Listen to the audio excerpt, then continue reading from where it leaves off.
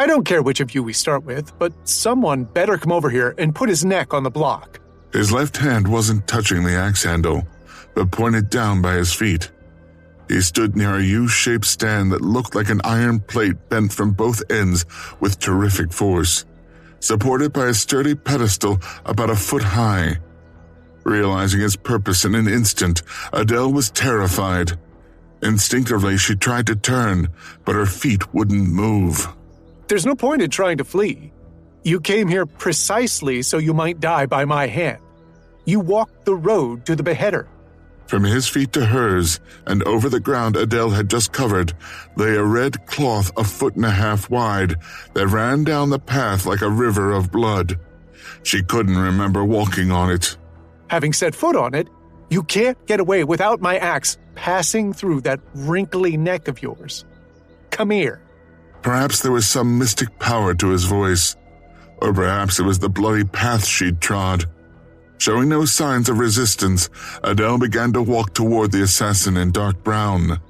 Of course, that's not to say she advanced on her own free will, but it wouldn't have been correct to say that she was fighting it the whole time either. Perhaps the best description of the way she walked would be to say that it seemed natural, or even inevitable.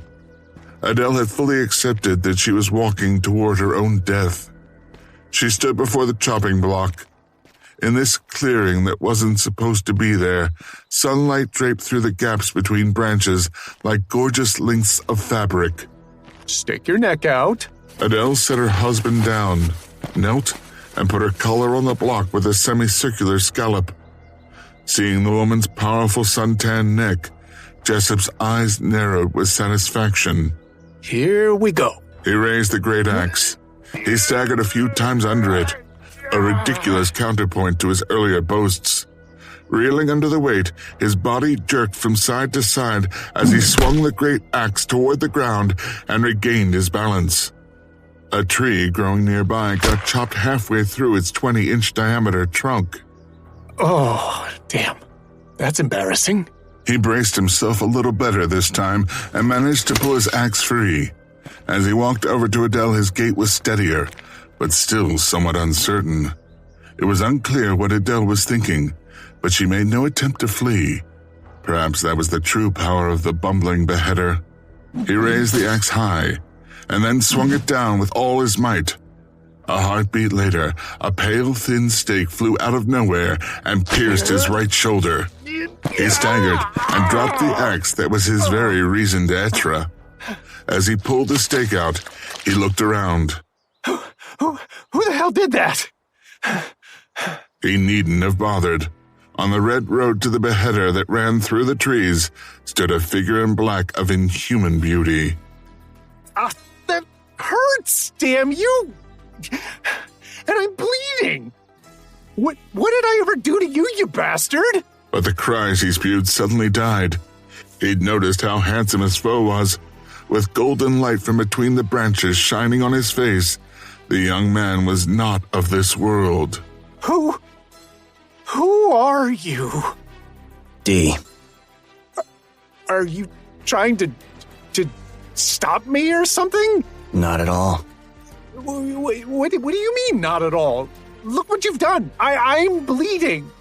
Does this look like not at all? Explain why you do something like this. If you don't, you'll be sorry. Dee's form shimmered like a mirage. As he started walking toward Jessup, the glow from the sunlight spilling through the branches was there to watch over him. Stay away from me! Jessup tried to raise his axe to menace Dee, but his legs wouldn't quite support him, and he tottered drunkenly. Don't let your guard down, okay? This guy's part of the advance guard for a noble who came back from the stars. There's no way he could be such a mess. If he was, it'd make Valcua's blood boil having this clown guarding him while he slept. Does he even have blood? The voice fell silent. The hunter's right hand caught Jessup's wrist with lightning speed and gave it an easy twist, sending the beheader flying neatly through the air to land head first on the grass a good 10 feet away. Oh, he's good.